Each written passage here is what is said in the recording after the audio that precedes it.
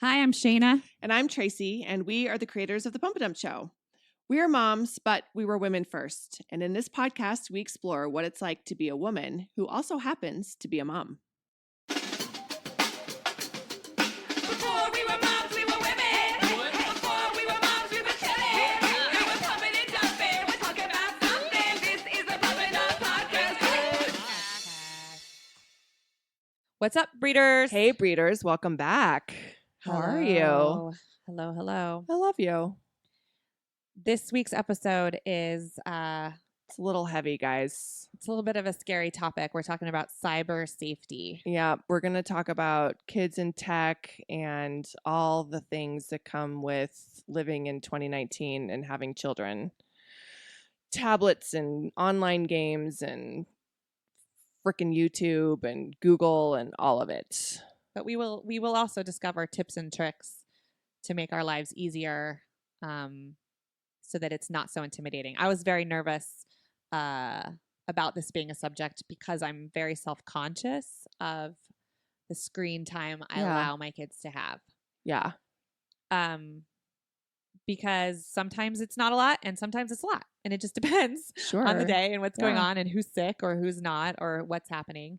And also, can we just talk about really quickly TV versus tablet? I was just going to say, I think we all have a handle on television. That seems like ironically easy now. Like TV's the least of my worries. Well, because there's like profiles, right? So they know they're like in Netflix Kids. Yeah. I mean, they can zone out for hours and hours if you don't, if you forget about your children. Like I've done the last few long days of summer when my child was the only one who didn't have school. But that's easy. It's the tablet situation that's terrifying because they've got apps, they have browsers, they have YouTube, they have Netflix, presumably, all of that at their fingertips in a smaller footprint that can be like, when they go off into a corner and sit on a pillow. Right. Who knows what's happening?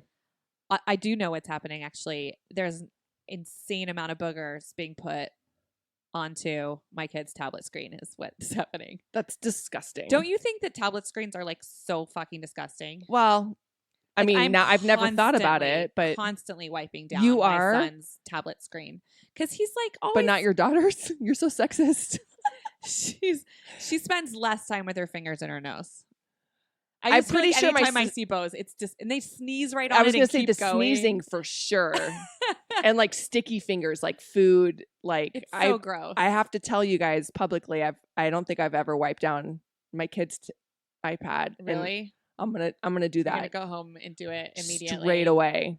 I swear, and it's just it's just like he'll come up to me and be like, "Mom, can you, help me download this mode in Minecraft or whatever," and I'm like, ugh, and then I have to wipe it down before I touch it. It's the most disgusting thing I've ever heard. That's disgusting. Well, I mean, welcome to 7-year-old boys. Sure. So we don't talk about booger application, but we do talk about everything else. Yeah.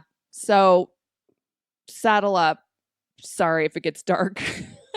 Need to talk about it though. We do, and I think that kind of putting into perspective how you can work together as a family to improve your own behavior to help your children's it's good to have perspective every once in a while. So thanks for listening. We got a special guest. Special guest. Today's guest is Liz Repking. Liz is the owner and founder of Cyber Safety Consulting, and she's going to tell us a little bit about what it is that she does. Okay, well, thank you for having me today. I'm very excited to be part of your Pump and Dump podcast. Yay! Thank you. Cyber Safety Consulting was created with the mission of educating students and parents on how to be safe and appropriate and savvy in a world filled with technology. So what I do is I work with students to teach them and talk through the different challenges they have online. And then I also work with parents to talk to them about how to have conversation with their kids, what the dangers are their kids face, and how to manage technology in their home. Well, I think we can all agree that it's like a really daunting subject, and there's a lot of fear around it. Oh my gosh. I mean, our kids are now 7 and 8 years old, and there's I want them to be able to use the internet to its potential, right? Like I love the idea that they have access to things that we never had access to in the sense of research and, information at our fingertips. And yet I will not let my kids Google. Right. Yeah, it's an interesting conundrum because there is so many advantages to the technology. There's advantages to them both in their education experience as well as their social experience. But with those advantages come tremendous risks that they're assuming. And they're trying to operate in a world where they don't have any visual or auditory cues to help them navigate a world of technology. And that's really hard for kids because they don't have a lot of life experience to pull from. So kids tend to rely very much on what they see and hear. And without being able to see and hear, they're at a huge disadvantage for the challenges and the risks. And it's all things. You can talk about internet predators. You can talk about cyberbullying. A lot of that comes back to the fact that they can't see and read the conversation that they're having online. What do you mean? I mean, they obviously can see it, but you're saying like in like real, like the cues that you get from a person to person, like in real life connection, or what do you mean by not seeing and not hearing? So when I talk to kids, to help them understand, because it's these concepts are very abstract in nature, which are hard for, especially like the age of your children. They struggle to understand abstract concepts. So when I teach kids, I often talk about real world. How does this situation work in the real world? So the best example would be stranger danger or predators. You start talking to your kids about how to be safe outside at the age of 3 or 4 years old. You find age appropriate language. You tell them the rule. Don't talk to people you don't know. And then you give them tons and tons of examples. The white van, the guy with the dog, the person who offers you candy. So they know the rule, but then they start to learn how to recognize it. But the other big difference is that if I were to approach your daughter, Shayna, she would immediately have that visual cue of looking at me and thinking, I don't know who that is. That's an adult. Why is she talking to me? So she's already sort of on guard, right? And then I say, hey, I lost my dog. Can you help me? And right away, she rifles through her database in her brain and says, no, I know that that's a lure. Now, if we take that same situation and go online, they don't have those visual cues that alerts them. So I start talking to your daughter through an online game. And I say, I'm a 9-year-old that goes to a neighboring school. And I start building a relationship. She doesn't have any visual cues to say, is that true or not true? That's and it. she My also kids are doesn't never have playing games. sort of this wealth of experiences in her head to understand how predators lure her online. So it's not all predators. I mean, you could take the same thing. We see a rise in cyberbullying with kids. And I think a lot of it is because when they make comments to each other online, they don't have to see how that comment affects them. Like even on this podcast, as I'm talking to you, I'm watching you guys. Like, am I talking too long? Am I boring you? Are you interested in this? And just now you shook your head no. And that's my feedback. You didn't say a word, but I get that feedback. So as adults, we are a little bit more experienced in operating without those nonverbal cues. But kids are really inexperienced and rely heavily on nonverbal cues to help them navigate the world. Okay, so let's back up a little bit and give some.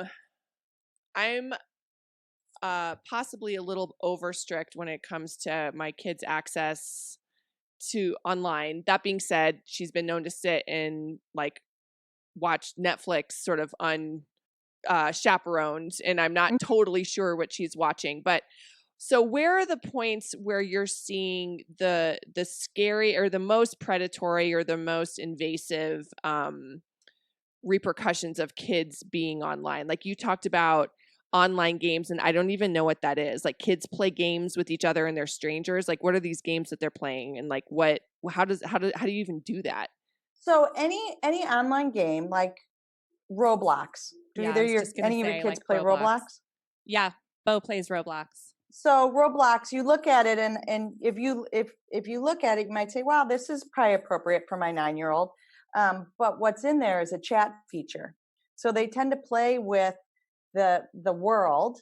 You know, they can interact with other people online. Fortnite is similar. Like almost all games that they play online, Minecraft. they have the opportunity to play with the general public, and there's chat features within that game, and that allows people to talk to them online. Right. I think that Minecraft doesn't have that.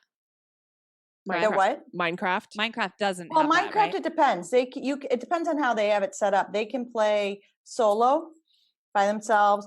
They can play within a private server, or they can play on a public server. So I don't know how they have. Yeah, I'm pretty Minecraft. sure like on the little there's several tablets, different it's not. options.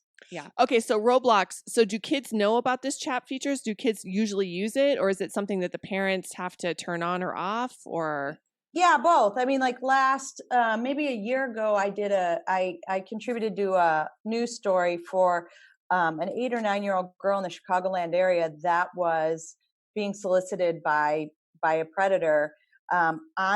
She was like playing on the parent's phone, Roblox, and the parent just had no idea that there was this chat feature even in the game. okay. And the kids are, again, like a 7, 8, 9-year-old, they're very ignorant as to what's going on. Sure. And what the dangers are. So so online games with chat features are a red flag area where bad things could happen potentially. Yeah, I always say, it's like anything. When your child picks up that device, you want to know what they're playing. You want to understand as a parent, and it doesn't matter if it's a young child playing a game or a middle schooler getting on social media. You want to understand what the app is, what are the age requirements of it, why are there why is that the age requirement? Sorry, and by age requirements, do you mean like click here if you're 13 or over? Like yeah, so every single game app, if you go on the App Store and you look up Roblox, it'll tell you what the age requirement is. So typically when you set up an account, you have to put a birth date in. So let's take Snapchat, for example, or TikTok. Have you guys heard of TikTok? We have. Just heard. Just heard about TikTok. TikTok is literally the fastest growing social media app out there. Okay. It has more daily users worldwide than Instagram does. Wow.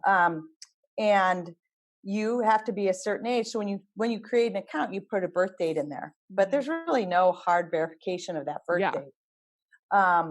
So a parent needs to understand what is that age requirement and why is it there. And most of the time, like for social media, the age requirement is 13 and older. And there's two reasons for that. One is there's a law called COPPA, Child Online Privacy and Protection Act, which says that if you are under the age of 13, it is illegal to collect data on that person. So think about it this way. I'm sure you guys love to shoe shop. Am I right? Yes. Okay. Sure. So you decide tonight that fall's coming. Be nice to get a new pair of boots for the fall. So you go on to Zappos and you pick a really cute, great pair of boots. You order them. And since you're online, you flip over to Facebook. What's the first thing you see in your feed? A retargeted ad from Zappos. From Zappos. Yeah. So there is this instantaneous exchange of what you're doing online and then how to market at you on social media. So COPPA says that you cannot do that to someone who's under the age of 13. So the minute they fudge their birth date and say that the 10-year-old is really 13, they have surrendered all protection that's provided by this law. Okay. The other thing is that it says that our site does not have built-in safeguards for young users. So I actually had a parent last week ask me in a presentation, how can I set up TikTok so that my 11-year-old daughter can't find inappropriate content? And I said, you can't, because by law, your 11-year-old daughter shouldn't be on it. And it's not me being uptight about it. They are saying, we don't have the safety features to protect an 11-year-old from seeing inappropriate content. So you can't, there's no way you can set that up. So yeah, so you're just hoping that your kid either doesn't stumble across something that's inappropriate or like to your earlier point, has the wherewithal to say, well, this isn't good, so I'm going to back away from it or click out or whatever. Right. In most people targeting kids are playing upon their curiosity, because it's just in our human nature, we're all curious. So they'll be sent links and they'll be told, like on Kik, which is a messaging tool. I get messages on my Kik account that'll say something like, I am young girl who has never had sex. If you would like to have sex with me, please click this link. And it's a live link there that will take them to a porn site. Oh my God. So think about a 14-year-old boy when he gets that message. What is he going to do? Mm-hmm. Click, just out of curiosity. So we kind of went down this path of predators. I didn't mean to take. Well, that's okay. So, but just let's finish this path really quick. So the 14-year-old clicks on that link and goes to this horrible porn site that's probably with like trafficked teenagers that have been kidnapped. Right. What's the benefit to that site? What's the site getting out of that? Like, what's the end game? What's the end goal for this? Just to corrupt humanity, or is there a financial? Is it? Do they then do retargeting ads and somehow monetize? What's in it for these horrible people on the other end? Well, it depends on what the site is. If it's a human trafficking site, then yeah, there's a monetary. I mean, probably almost everything is a monetary reward, right? Whether it's human trafficking or activity to that site. I mean, the more activity, the more the ad revenue at the end of the day. Right. I mean, everything online is measured in seconds. If I can, and think of, let's just even go to more basic, less corrupt sites like YouTube. Think about how that works. And this will lead right into you mentioned earlier, screen time. You say to your kid says, I want to watch, I'm really into ponies. I want to watch this video, Mom, on ponies. So you get the iPad, she shows you the one she wants to watch. It's 15 minutes. You say, sure, you go do it. You go off and do work because your child is now entertained for 15 minutes. You get into what you're doing. Your child remains quiet because when they finish that YouTube video, what happened? Another one starts. It started. I mean, think about us as Netflix users. I say, you know what? I want to watch one episode of Friends tonight before I go to bed. I just need to decompress. This is what I do, one episode. I watch that episode of Friends. As soon as it ends, that little box appears in the bottom right corner, and I have to make a conscious decision to leave the site. Mm-hmm. No decision starts up another video. So no decision works in Netflix favor. Gotcha. No decision works in YouTube's favor to keep us on that site. And the longer we can be on the site, the more their analytics go up and drive their revenue. I just read an article where the CEO of Netflix disclosed who his greatest number one competitor is. Who do you think the number one competitor of Netflix is? YouTube? Nope. Life? Sleep. Oh my God. That's what the CEO said. If I can keep people up watching another episode, which happens to me at that one episode that I was going to watch of Friends, sure, and go to sleep by 10:30, I've watched 3 and it's 11:30. Right. So I gave up an hour of sleep for an hour on his site. So all of these sites are developed to make us decide to leave, not necessarily decide to stay. Do you see the difference? Absolutely. Wow, this is depressing. So well, as parents, we use technology as a tool, right? Not a lot of parents don't, but a lot of parents do, especially when kids are little. And so, YouTube has certainly been a helpful parenting tool for me. a Netflix kids show has been a helpful Right. parenting tool. But there's so much guilt associated with it. How do we balance that guilt?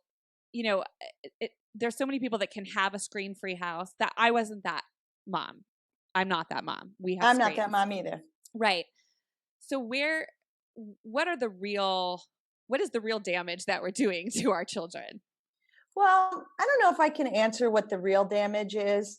I can say that I think one of the keys and one of the things I work on with older kids, like middle school and high school, is building mindfulness. I work on it with my own. I have a daughter who's a sophomore in high school, and I'm sort of beyond being able to really limit her time, and I don't want to, because she's really 2 years away from going to college when she is going to be totally on her own. So the goal, like with her, is to get her to learn how to self-regulate and self-protect. So I try, and I think the same thing with parents. Like, let's think about what we're doing. It's okay. You should be able to put your child in front of YouTube for 30 minutes so you can make dinner. Maybe you're doing it in your kitchen where you're seeing what they're watching, but it frees you up to do some things. I mean, you have to live life, right? You have to get things done. You have to work. Your child wants some time to watch what they're interested in. But I think we need to be mindful of how much time is that, and teach them how to be mindful. And then the other thing that's really missing that I see with kids is the ability to find other things to do in the absence of technology. Right. So, it's okay to watch something or to play a game for 30 minutes, but what do you do when that 30 minutes is up? Right. Right. Like, I got to say, if my kids were the kids who like completely flip out and freak out when the tablet is taken away, then I would be a lot more cognizant of less time. But they seem to be perfectly capable of doing other things. Now, I understand that's not the case for a lot of kids. And so therefore, more structure, I suppose, is the only answer. Well, I think one of the biggest answers in where we're all failing as parents, generally speaking, is modeling. Like, we're not modeling that for our kids. Think about when you pick your kids up, or do you ever pick your kids up from school? Watch the other parent. Like, they're waiting in line. They're on their phone. What do they do when their kid comes to their car? They're still on their phone. Are they still on the phone? And when I work with kids in the classroom, it was very eye-opening to me about 4 years ago, because we were talking about, how do you feel when you have a friend over and they're on their phone the whole time? Like 6th graders, 7th graders. And they were very specific in their feelings. I feel like I don't matter. I feel like I'm not important. I feel like the person that they're talking to on that phone, that they're Snapchatting with or they're texting, is more important than me. And then I had one child raise his hand and he goes, "My mom does that." And I looked at him, I said, "What do you mean?" Like, when she picks me up from school, I get in the car and I want to tell her about my day and she's on her phone. And it hit me like a gut punch. And I thought, I do that. Yeah, I do too. And so then I started thinking about it, and I started thinking about my kids get in the car and pull out their phone. Are they pulling out their phone because they want to be on their phone, or because they don't know what to do because I was on my phone? So this was like 4 years ago. I just made this flat out rule that unless I'm, on a work call, that there are times you cannot not be on your phone, but checking Facebook, doing email. As soon as one of my kids get in the car, I put my phone literally down and I look at them. "Hey, how was your day?" Yeah. Yeah. And I asked them, like, "Look, this is 10 minutes we're together. Don't pull your phone out. Let's talk." So hard. I remember Is the car and the dinner table, I think, are two of the best places to put technology away. Yeah. For sure. Yeah. There's a great podcast called One Bad Mother, and they had talked about years ago, there was this mom who was mom shamed at the park for being on her phone. So her kids are now playing at the park and the mom's on the phone, and somebody wrote some like open letter to, "Hey, mom, on the phone at the park." Yeah. And, Biz and Teresa's response was like, maybe that mom works from home and that mom needed to do some things and her kids were at a playground playing, and it's okay to be on your phone sometimes, like what is she supposed to do? Just sit there and stare at her kids on the playground? Right. And I feel like there's such a blurry, judgy mom line of what's appropriate and what's not. And it's like, if Tracy and I got to get up in the morning and go to an office somewhere else and have like a full, 9-hour day of work that didn't involve also being home, driving kids back and forth, Right. all of that stuff, then I can understand coming home and putting your phone down immediately and just being able to be present with your family. But that's not everybody's situation. Right. I'm in the same situation as you guys. Yeah. So it's just an interesting thing. But that being said, I think my boundaries have gotten very blurred, and I certainly am looking at my phone when my daughter's trying to talk to me, when I can absolutely put it away and not have to answer something right away and make her a priority. I mean, I know for sure I do that daily, and that's not right either. You're right. Like, I'm just making her feel like what she's saying isn't important, which is. Yeah. I mean, I totally agree with you guys. I think like anything, it's teaching your kids through the modeling how to be, how to balance, but how also to be courteous. So maybe if your daughter's talking to you and something does come in that you have to deal with, like I'll look at my kids and say, could you hold on 1 second? I have to get this. Right. Instead of but you see people all the time, the phone, you're at dinner with friends and the phone beeps and they just go like this. Yeah. Like, yeah. That makes me crazy. I do it too, but I try and say like, you know what? I'm waiting for a text from my daughter. I got to pick her up. Could I check? I'm going to check this. Right. So it's just. Well, and it's everything. It's people on conference call meetings, and you're having a meeting and you're checking your phone. Like at what point do we just focus on one thing? It's like, and everything's so expected to be so immediate, and our brains are just geared to that we can't just like put our phone away and have a meeting with someone without also checking emails or looking at our text messages, because it's all just right there. Right. We also forget that there was a time before. I haven't done this in a long time, but last night I started like this women's small group Bible study. And I had my phone on the table, and I ended up, and this was really hard for me. I talk a good game, but I have all the same struggles you guys have. And I finally just put it, after about 10 minutes, I'm like, this is time. This is like time for me. Why do I have my phone at 7:00 at night out? My husband's home with my daughter.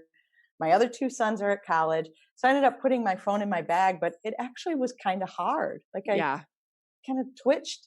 So some of it is just our own addiction to that phone as well.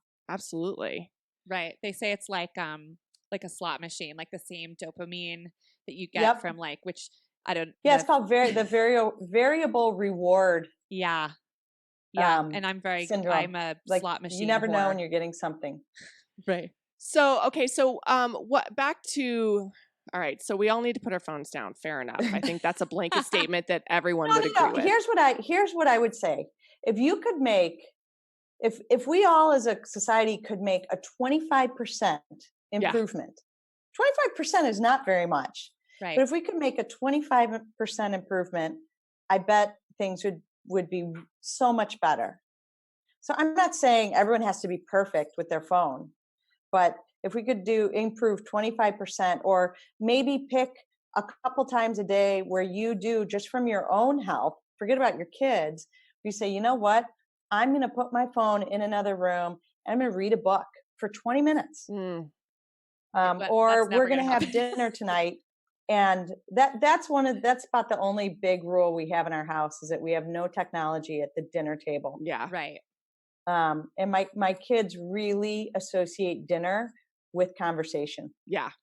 I'm full believer in that for sure. I get so aggravated and my husband sometimes just like works crazy hours and will have to be looking at it. And I'm just like, you need to give us this 20 minutes. Like we cannot, not that he's terrible about it, but we just fall into these like but that is like it's like a sacred place for sure. Well, and Right. and with your family, but also with your friends. I mean, how many times have we gone out to dinner or drinks with friends and everyone's sitting there with their phone on the table? And I'm like, oh my gosh, we made it out. And everyone's checking Facebook. Like, why? You know, like there's nothing more important online that's not happening like in real life. But it's like automatic. Like you don't I even know, realize that's- you're doing it. That's why you have to say like, okay, you know, any dinner table, not just with the family, like any dinner table, no phone, you know? Right. Okay, so let's go back now to more like cyber safety for kids and stuff too. What other things for the youngins do we need to kind of be cognizant of? Here's a more specific question. Like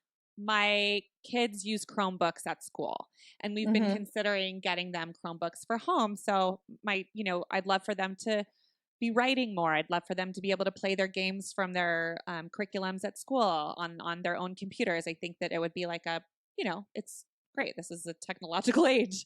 Right.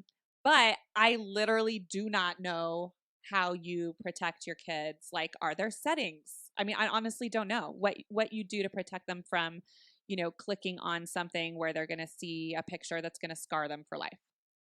Well, there's a couple easy settings, but what I always say is, as far as like, I would generalize that by calling that monitoring. Whether you monitor through the native device or a setting, or you use a third-party software to monitor, monitoring never replaces parenting. Mm. And there's a lot of people that want to replace parenting with monitoring. I have private clients that bring me in and say, okay, just make this go away. And I tell them like this isn't at the end of the day, this is not a technology issue. This is a parenting issue. So you can set up those systems to help ensure your child's safety, but everything is imperfect when it comes to this. So we have to also simultaneously be educating our kids about how do you manage it? What do you do? What happens if you see something that makes you uncomfortable? So I am a huge believer in conversation. The same type of conversation you have with your kids about how to be safe outside. You started that years before you ever let your kids walk to school by themselves, right? So we need to do a better job of that. But to answer your question specifically, like I think the first thing I would go to be Google, because that's kind of when you talk about stumbling on inappropriate content, that's where they're stumbling on it, is through Google. Either they type in the wrong thing. I mean, when my kid was little, Bob the Builder. Have you guys even heard of Bob the Builder? Yes, we can. Yeah, I have older kids, so sometimes I date myself. He typed in Bob, but he put in 2 O's. Oh, there you go. Boob the Builder. Boom. He sees like a bunch of large-breasted women. Boob the Builder. And so there's something called Google Safe Search that you can turn on in your search settings on Google, and it filters out inappropriate content. So whether they stumble on it or someone at school told them to go Google blah, blah, blah, which is some inappropriate word or site where they'll get bad images, it will block that. So Google itself has a safety setting. What's that? So just as someone who doesn't know about this yet, because I don't let my kids Google anything yet, there is a safety setting in settings in Google. Right. It's in search settings. So in order to engage that, you have to put something in the search bar.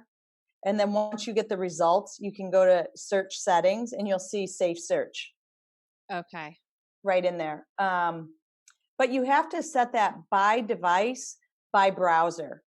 So if the Chromebook that they have has Chrome and Internet Explorer, you'd have to set it in both browsers. Gotcha. And tablets as well, like we can set it on anything that has Google that has because then it has a browser, you can set it up. And you can also set it up in the Google. Is there a Google app? You can set it up on mobile devices as well. Okay. That's really good to know. If you're using another good monitoring tool that I would recommend for younger families with younger kids that don't really have data plans or mobile devices, so they're all working off the Wi-Fi in the house, is a product called Circle by Disney. Yeah, I've heard about that. Yeah, it's this little square ironic, box. Disney. And it actually looks like an Apple device because it's all white Okay. and kind of sleek looking. And you get that. It's about like $90 for the device. And you put it next to your router. It pairs automatically with your router. Then you download the app and you connect. You get the two talking, which is really simple to do. And what that does is on your device, it will tell you every device in the house that is going through your router, and it will let you control each device individually. So you can do things like set downtimes, time limits by device, by app. You can turn off the Wi-Fi. So 4 or 5 years ago, maybe 3 years ago, if you were going to try and do some filtering through your router in your house, it was a one size fits all. Right. You would set the settings on the router, and everyone in the house was subject to those settings, which could be cumbersome for, when I'm trying to work at home during the day and your kid Googling things at night. So that lets you manage devices right there on your phone, and that works pretty well. And you can see what they're searching. Once they go to mobile devices, then they can get off the Wi-Fi. The other nice thing about the Disney product is that if someone comes into your house, like a friend with a device, it'll show up on your phone that device is on your router. Oh. So I have a couple of questions about how do you talk to other parents about your limits and, my daughter's had some really unfortunate issues with seeing things on YouTube with friends that's she can't ever unsee, and I'm real sad about it. And we just have a no YouTube rule because it's just easier, certainly when there's friends at our house. Well, we don't really let them play on computers when they should be playing. But now that she's getting older and she's going to, start hanging out with more kids from school and parents that I'm not really super close with, am I the jerk that's hey, she can't look at YouTube while she's over there? How old is she? Did you say? She's 8. Yeah, that's a hard one. I would say, first of all, try and have more of the play dates at your house if you can. Sure. But no, you sort of surrender when your kids go off to the other person's house. You surrender a lot of that control. And that's why I feel so strongly in the conversation that you have to create with your child on an ongoing basis. And I always say you can feed a man a fish or you can teach a man to fish. And we got to teach them to fish because they are going to go to other people's houses. Or in 2 years, she might be like, you know what? Forget this no YouTube rule in my house. I'm going to work around it. And now they're on their own. So you need to provide them some education and some experience on how to manage it.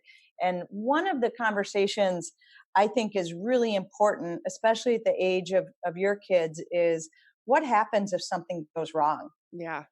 So I call it the golden ticket or the get out of jail card free discussion. And it goes like this, when your child starts using technology, I say, you know what, it's a privilege to use technology, which is actually an interesting distinction because they all think it's a right. A lot of kids think it's an inalienable right. Yeah. But we need to remind them it's a privilege, and we need to remind parents that it's a privilege. Because there's a lot of parents I work with that don't realize you decide what they can and cannot do. They'll say to me, I can't get my child to stop playing Fortnite. And I just going to take the device away. It's really simple at the end of the day. Right. So anyways, it's, I tell, like I said to my daughter years ago, it's a privilege. And I expect that you will use things, you will follow the rules we've talked about. You'll do your best to be safe and appropriate. But things go wrong. Kids make bad decisions. Everybody makes bad decisions. You make bad decisions. Kids get tricked. They don't recognize a situation until they're too far down the path. And I want kids to know that they can always come back to their parents for help. So what I'm trying to get them to see through that get out of jail card free is the path to a safe decision versus the path to staying out of trouble. And if you ever have that conversation with your kids about trouble, and ask them, what does it mean to get in trouble? They're going to say things like, you get mad at me, Mom, or you ground me, or you take away my technology, or you yell. Like to a child, that is getting in trouble. To me, getting in trouble is talking to a 40-year-old man online, sending a picture you shouldn't have sent because someone tricked you, going to meet someone you met online because you don't know what else to do. So I say, you can come to me, and you bring your get out of jail card free, and I will keep you safe. So it's conversation like, if you ever feel scared, nervous, anxious, afraid, name every word you can think of, because kids are so literal. Come to me. My side of the deal is that I won't yell. I won't take away your technology. I won't ground you. I will help you. And oftentimes when these situations happen, parents react to their kids like, you did what? Right. And a kid interprets that as, I'm in trouble. But really what it was it was an emotional response on my side. You were talking to who? And it's a feeling of, oh my gosh, I did not keep my kid safe. My kid is in harm's way. And we react. But to them, they're in trouble. So through this tool, I want kids to be able to come to their parents and ask for help without feeling like they're going to get in trouble. Right. Because when you jump into the mind of a 10-year-old, it's really different than how our mind works as far as how they interpret things and what drives their decisions on how to handle it. It's interesting. Like, Bo will be he's really into Minecraft right now. And so he'll watch, and he's run it by us, but he watches this show where this dude talks about how to play Minecraft. Right. And he's learning all these tips and tricks, and he's really into it. And when he first started watching that, I would walk in his bedroom and he would turn it off. And I was like, well, that's worrisome. Like, right now, buddy, what are you watching? Better show me. And it was nothing, but he's so worried that he's going to get in trouble. I don't really know where because I obviously looked at what I was and was like, is this for kids? And I looked at it, and, it seems to be pretty okay. And I was able to look at it and say, okay, you're cool, but please don't be hiding things from me. Like, because you're afraid of what might happen. I'm just trying to protect you. But it was a really weird moment. It was the first time that had happened. And which brings me to, I know you just said what we can do on Google, but what can you do on YouTube? YouTube's really hard. I actually, your YouTube rule, if more parents could do that, I think it would be better. There is a setting called safety mode at the bottom of the browser. It's mediocre at best. Yeah, it doesn't work. I mean, it doesn't work.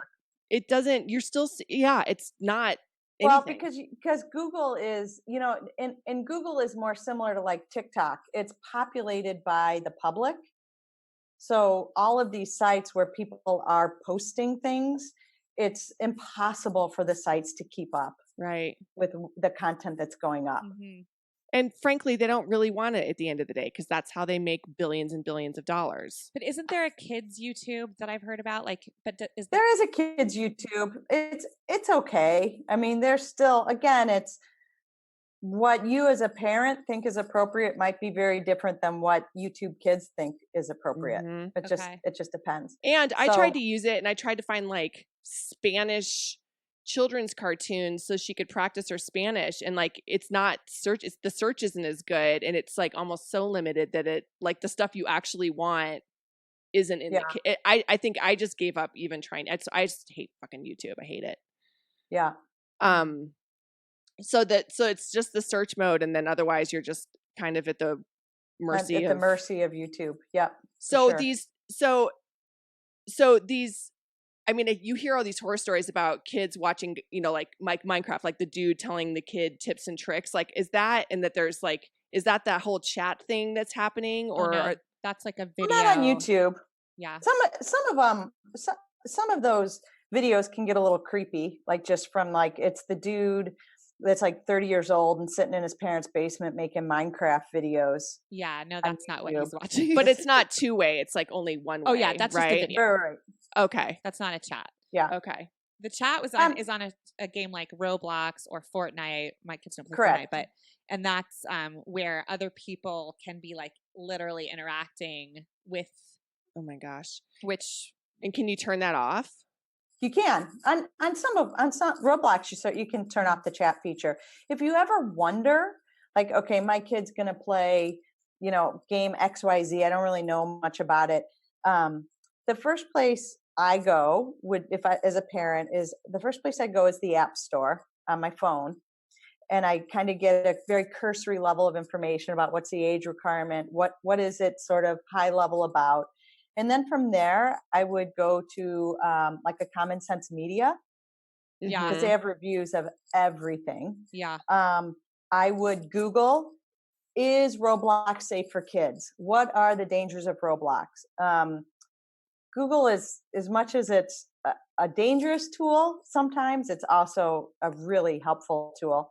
And then also a lot of people will just email me. Like music, we talk about TikTok, but 3 years ago it was called Musical.ly.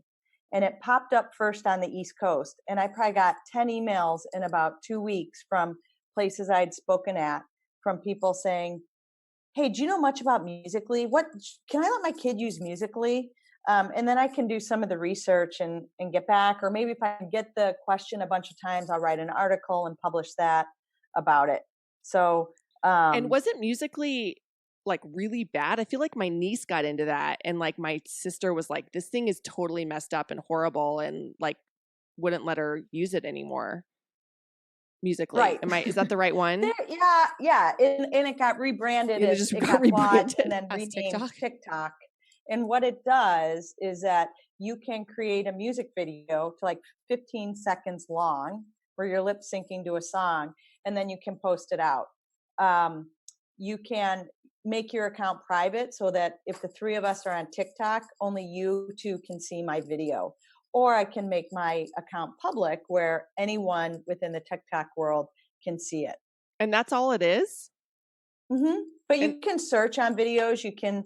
You're just searching other people lip syncing, and this is the fastest growing social app that's out there. You're just watching other people lip sync to other people's music. Mm-hmm. Oh gosh, it's the end of us. This is 5G. It's all over. Well, here's my philosophy: is that almost all of these apps were created for fun, as a way of entertainment. Sure. And it's just when they get manipulated, like people put really offensive content out there, or people are using it to connect with people they shouldn't be using, that's when it goes bad. Well, sure. The initial purpose of it, I think the intention is good. Yeah, but what about that app that just went crazy? What about the app that aged everyone, that just went crazy and then we found out the Russians were just downloading everyone's info? So that was just like a spy app? Oh, what, Face app? Yeah, isn't that what happened? Is that true? I want to ask you about urban legends too. So like that one, the one that you take a picture of your face and it makes you older. It shows what you'll look like when you're like 75. It turns out it was like made by Russians, and they were just like stealing all your like.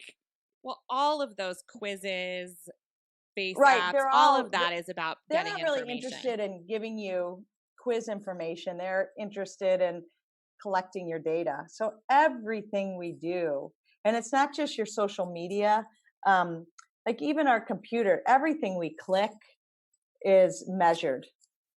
And your Alexa. I mean, is she really listening? And how do you feel about kids in Alexa? I am not well versed in Alexa, so I couldn't give you a good answer on that. Okay. I need to get well versed on it, but. Well, I love her. I'm busy trying to keep up with TikTok.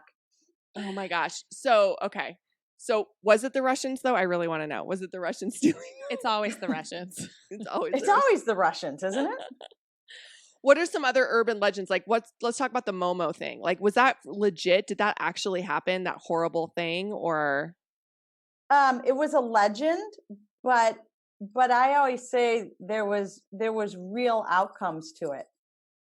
Right. So it gave millions of kids the idea that you could create these challenges that progress in severity as you go along. It's very similar to it was called the Blue Whale Challenge. So a lot of this stuff originates in Europe or Asia, and then it kind of comes over to the US. Originates from like nefarious adults or from other kids that are just like cray cray?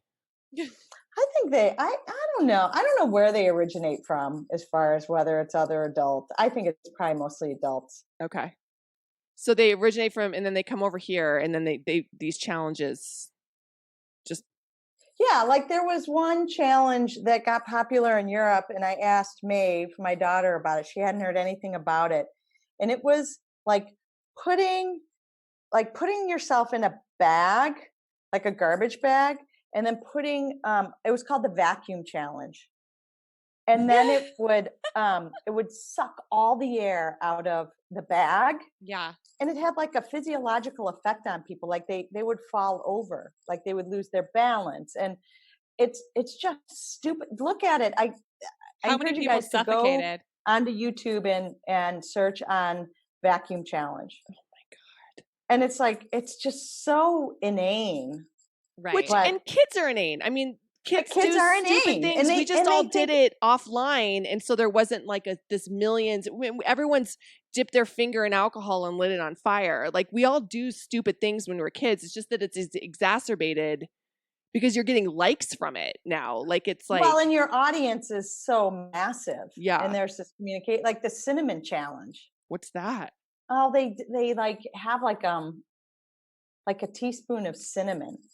And I guess you can't really eat a teaspoon of cinnamon. No, it's a terrible idea. It's a terrible idea. But but then, okay, but as we cite all these poor examples, I have to also stick up on the other side for something like the ice bucket challenge. Right. And that just became, viral. And look at how much money it raised and awareness it raised for ALS. So I always say that the internet's like a pendulum, right? So all the good that it brings, the pendulum swings the other way.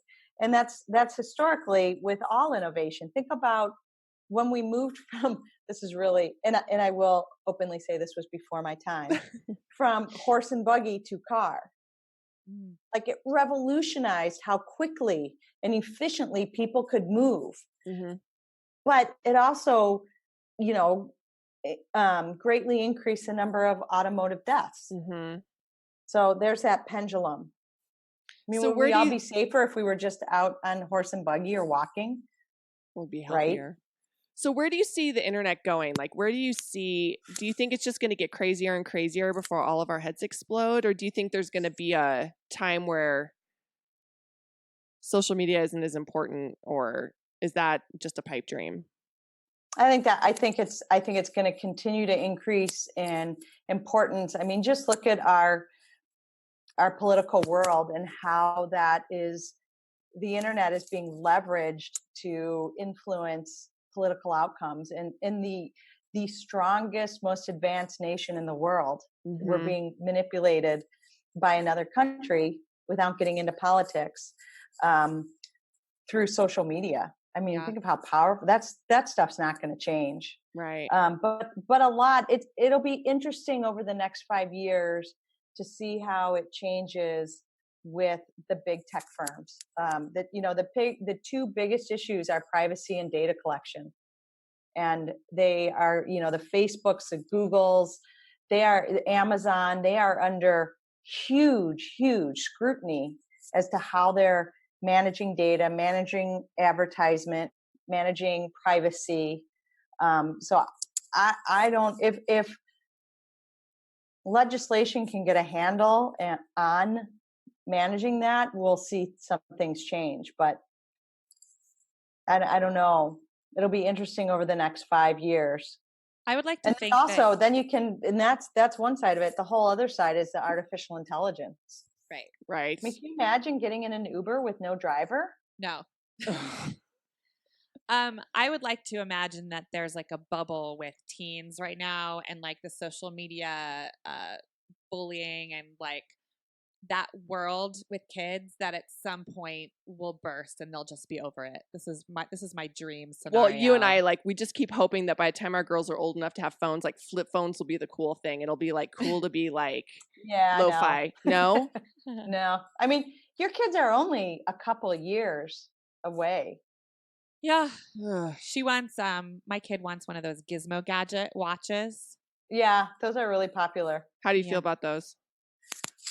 Well, I think I'd like to see them not allowed in schools. I would love to see up until high school through 8th grade, other than school issued devices, no devices allowed, including gizmo watches, because they're just such a distraction, and they create more peer pressure. Like who has what? Right. In the world, that there's so much inherent that we can't avoid, that to add more through devices is just really tough. Yeah, I'm not looking forward to this.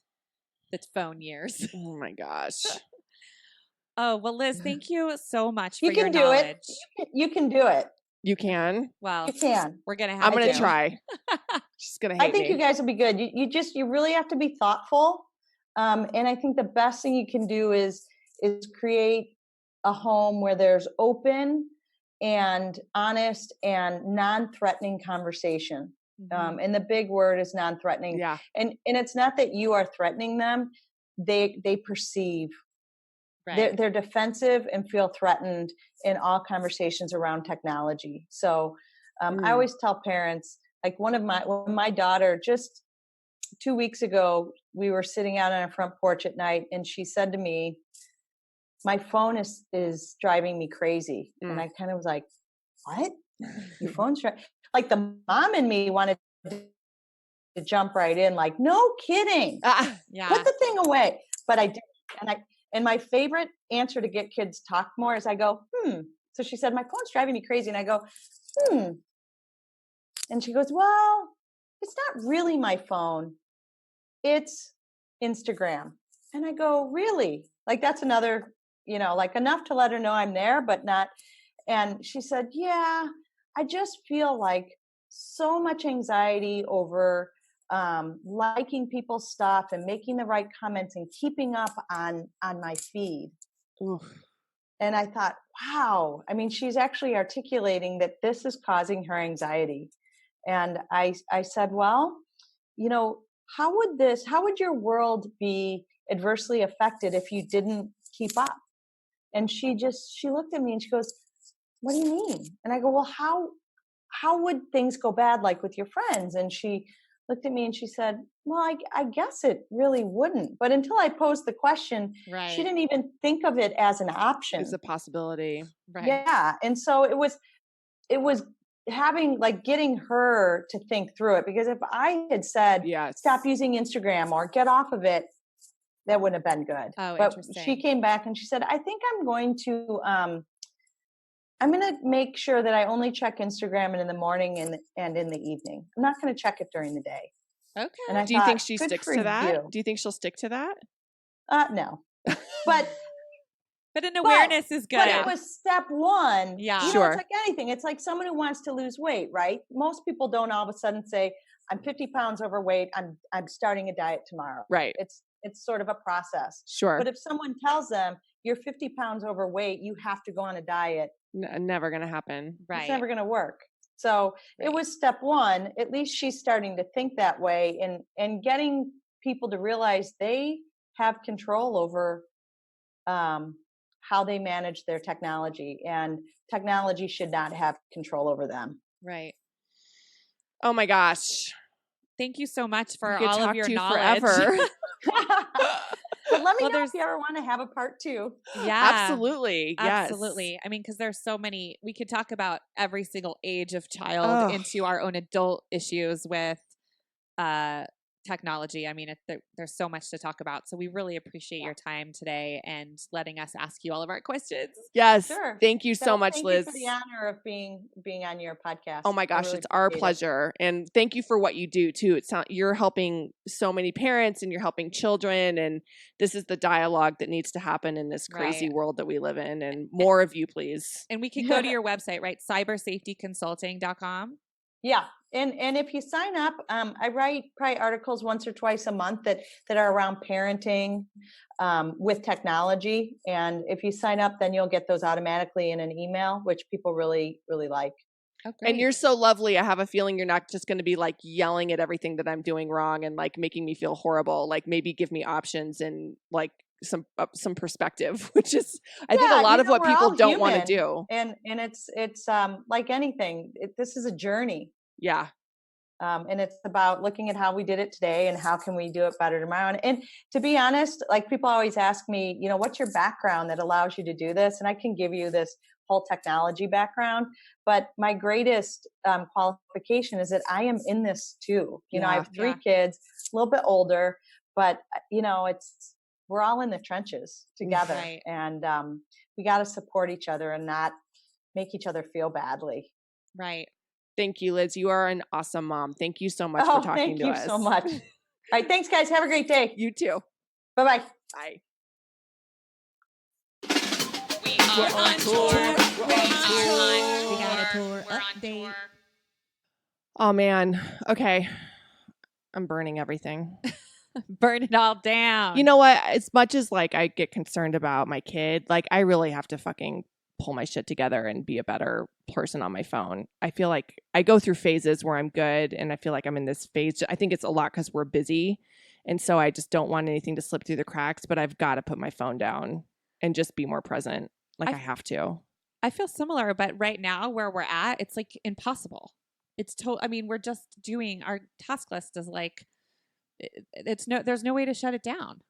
Yeah, but I'm still looking at Instagram. Like, I'm not perfect. It's not, I mean, I'm pretty good about telling her I need to work right now. I need to answer this one email. Like that I'm good about.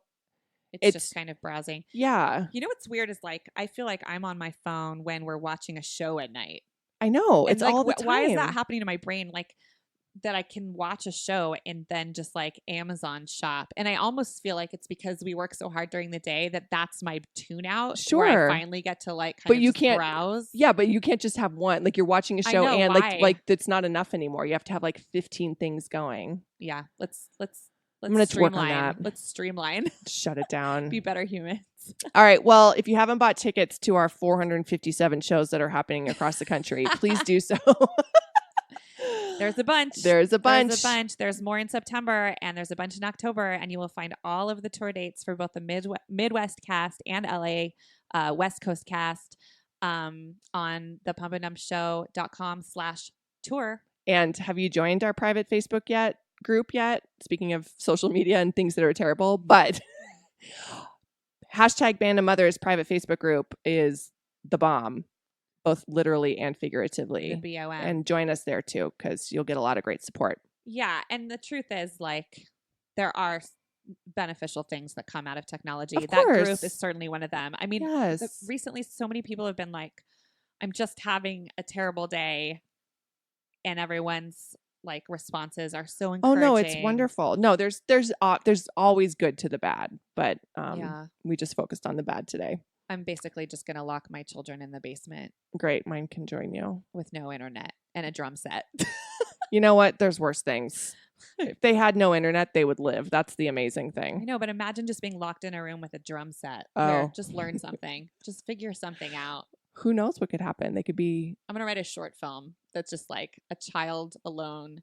It's like Room, but it's with a drum set and not Brie Larson. Oh, boy. All right, you guys, we love you. We'll talk to you next week.